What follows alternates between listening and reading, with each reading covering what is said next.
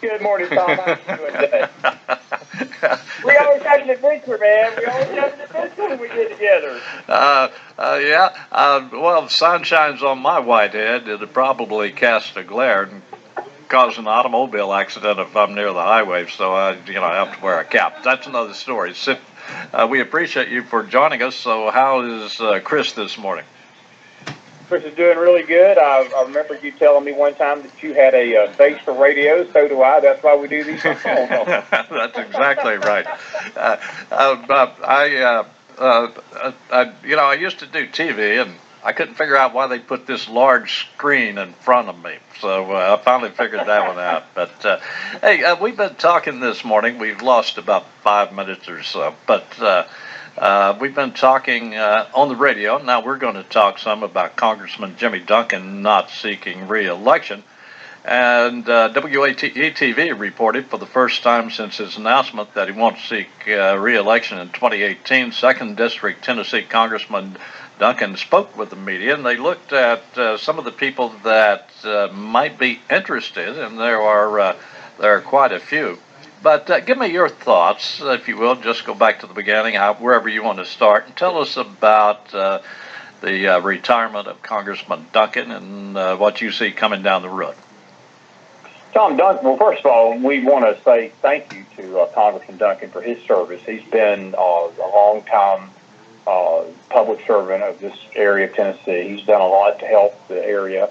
He's represented the district well. He's always been a very conservative kind of person. But when you get to meet him, just very down to earth and a very cordial guy. He's you never hear any hoopla out of him too much. He's real quiet, rather quiet. But he's always been a staunch supporter of East Tennessee. And what I really loved about him, what he did last year, was, again, being one of the few congressmen and senators that stepped up to support President Trump when President Trump was running as a candidate. I actually was at the Trump tour bus that came through here probably a week before the election that Congressman Duncan supported, and I listened to him, and he was on that bus, and that said a lot to me about what he believed and how he felt the direction the country needed to go. I was reading yesterday, like you were on ATE and a few other sites, that he actually almost retired before. I think that what made him run again was he wanted to get through this presidential election and make sure that he could do everything he could to help President Trump, get elected. But he had really been talking to his family for a while now that it was time to make a change and to come home. And this is all about his family, and I respect that. And we do wish him the best. And it's going to be an interesting time for this area because being that I live in Knoxville, the scuttlebutt around here is our current Knox County Mayor, Tim Burchett, is going to run for Congress. Now, he is supposed to make an official announcement August the 5th, which will be Saturday. And he's either going to run for Duncan's seat or he may run for the Senate. I'm not sure which he's going to do yet. But he is a Democrat. He's going to run as a Democrat against whoever the Republican person is. And, Tom, I have to admit this morning I don't have a list of those. I heard you a little bit before the program run over that list of people that are running on the Republican side, a few of the senators and the Loudoun County official down there. So it's going to be an interesting thing. So, it's going to be one of those. It'll probably turn into a battleground seat to make sure that seat stays Republican come 2018.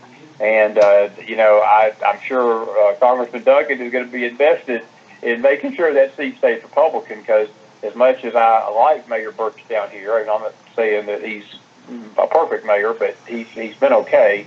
But he is a Democrat, and that would change, again, that would go toward changing the balance of power in the U.S. Congress, and that does not bode well for the country in East Tennessee if that happens. We're talking with Chris McDonald.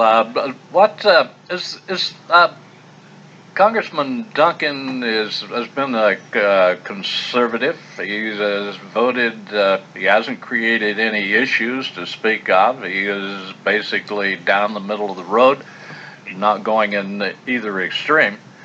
and he has basically voted the way I think that the people in his district would like for him to vote. And that has brought the attention. I understand there were some people demonstrating, far left liberals, rent a mob that have been demonstrating. Nothing violent, I don't think, at this time. But what do you think he just felt it was time? The time has come. I think many people at one time or another say, well, it's time.